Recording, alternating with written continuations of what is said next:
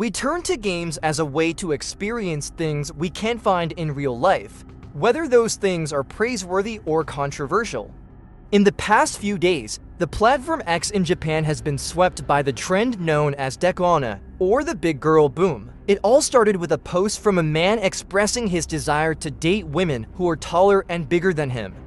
This brave post garnered support from men worldwide, attracting 64 million views. The comment section was flooded with character descriptions resembling an art exhibition. People gathered and united to demand recognition for a cultural aspect that can't be overlooked in modern society, deserving to stand alongside popular keywords like loli, oppai, gyaru, and more. Interestingly, the official Resident Evil account joined the conversation with the character Lady Dimitrescu. This made gamers realize that there are more large female characters in the gaming world than they initially thought. Don't believe it? Well, sit down, grab a snack, and remember that this video is made to provide knowledge and information for the audience, not to satisfy personal desires. So keep your hands on the table, let's get started. In the game Bloodborne, Hunter's Dream is considered the home of hunters. It is a perfect replica of the Hunter Workshop in the real world, created by Gehrman and the Moon Presence, serving as a place to ensure the continual production of hunters to fight. Hunter's Dream caters to all your needs to maintain peak condition, including leveling up, buying and selling items, and repairing and upgrading weapons. The character who always welcomes you back to Hunter's Dream is the doll, a remarkably attractive figure who stands a head taller than the average person. The doll was created by Gehrman to assist hunters in leveling up. However, this is not its only purpose. When you visit the Hunter Workshop in the real world, you will find a set of the doll's clothing. The description of the outfit reveals the special affection the creator had for the doll, evidenced by the meticulous craftsmanship and careful preservation. Well, the doll was created by Gehrman to provide companionship in Hunter's Dream and alleviate his loneliness, but that's not the only reason. My theory is that Gehrman had an unusual interest in dolls, making it difficult for him to interact with real women. Because if you pay attention, in Gehrman's workshop, there is a book titled How to Talk to Beautiful Women. Even Lady Maria, who showed special attention to Gehrman, was unaware of his peculiar interests. According to the equipment descriptions, Gehrman's fascination with dolls and his difficulty interacting with women led him to reject Maria, even though he loved her. After Lady Maria's death, Gehrman created the doll with a physical resemblance to her. His intense emotions during the creation of the doll resulted in it receiving a connection to Maria. This raises the question, was the doll used as an XXX doll? As a man, I think it's likely, and as a detective, there are quite a few details that support this conclusion. Firstly, the Great Hunter exists alone with a female doll that can speak and express emotions. The doll was also created to love her master, according to her dialogue in the game. When you attack the doll, she exudes a white fluid from under her dress, rather than any other color. Gehrman himself has a few lines of dialogue that subtly acknowledge the doll's purpose for satisfying others. Additionally, if you visit the abandoned old workshop, you can hear peculiar moaning sounds resembling the doll's voice, as if the two are engaged in intense physical activity together. Yes. Yes. It seems that after a long time spent with the doll, Gehrman eventually realized he needed to pace himself. So he offers you the player the option to use the doll, but considering the fluids that ooze from the doll, I think it's best to say no, my friends. Moving on to the next entry in our list of big female characters, we have Queen Marika, who stands at a staggering 2.88 meters, nearly twice the height of an average Tarnished. She is one of the most controversial figures in the Elden Ring community. Some see her as a tyrannical, selfish, brutal, and somewhat patriarchal figure, while others sympathize with the decisions she made. In ancient times, the lands between were ruled by dragons and giants until Marika, a descendant of the Numan people, emerged. Due to her heritage, Marika possesses an extraordinary size, making her an ideal wife. The average height of her species is around 2.3 meters. Chosen by the Greater Will to be their ruler, Marika, along with her husband Godfrey, led a campaign to conquer and slaughter the giants in the north. Additionally, she created Radagon as her male counterpart and commanded him to march south to confront the Carian royal family of sorcerers. But somehow, Radagon fell in love with Rennala, the queen of this family, and they eventually married and had 3 children together, the most notable being Ranni the Witch. After successfully conquering the giants, Marika ruthlessly removed Godfrey from power, stripping him of the title of Elden Lord, and summoned Radagon to take his place, leaving Rennala heartbroken. In a further bizarre twist, Marika had a relationship with Radagon, resulting in the birth of twins Miquella and Malenia.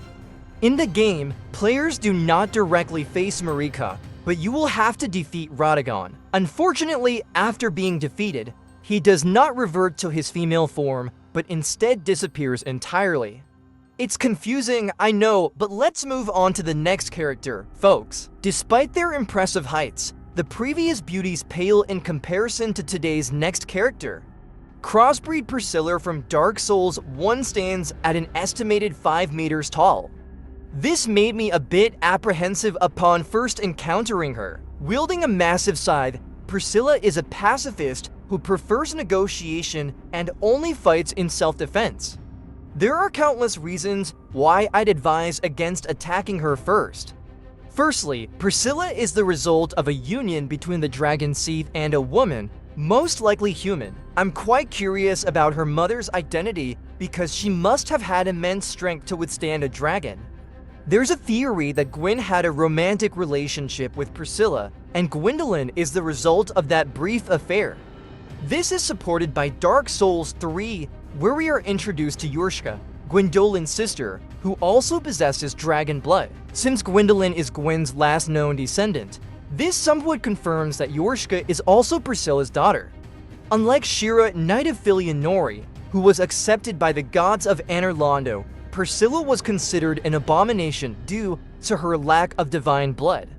However, her body possessed god-slaying power, which led to her exile in the painted world of Ariamis. This place serves as a prison for the gods to confine dangerous artifacts, grotesque creatures, criminals, and the Hollow.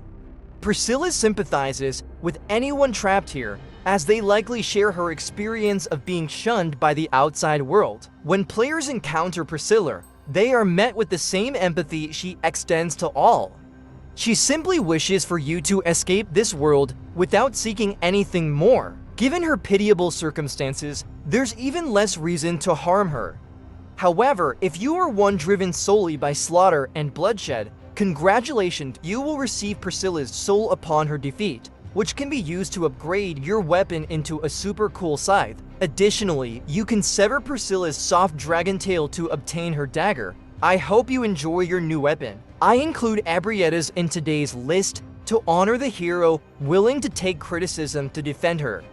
And after seeing a picture, I might understand why she garners such affection. Abrietta's form combines many aspects of beauty, promising to cater to any man's preferences.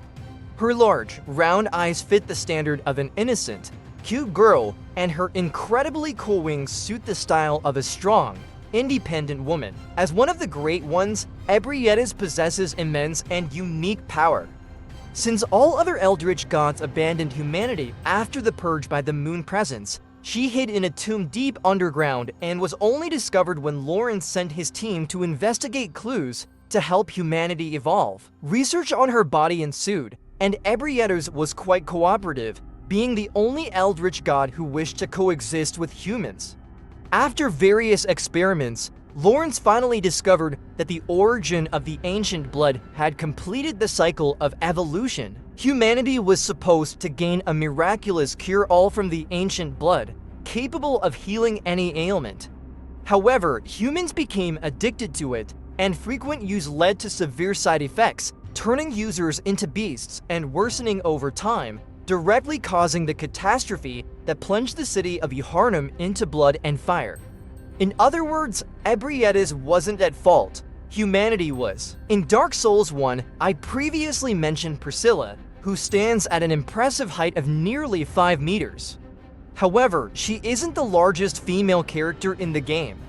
When you reach the city of Anor, about halfway through the game, you'll be greeted by a majestic landscape bathed in breathtaking sunlight. Yes, it's breathtaking. She is the Queen of Sunlight, the firstborn daughter of Gwyn, and one of the few remaining beings residing in Anor during the Age of Fire. She is revered as a symbol of blessing, bringing bountiful harvests. After Gwyn linked the first flame, the throne was supposed to be passed down to his eldest son, later known as the Nameless King. However, because he chose to ally with dragons, the eternal enemies of his father, the Nameless King was exiled and erased from history. The responsibility of producing an heir then fell upon Guinevere.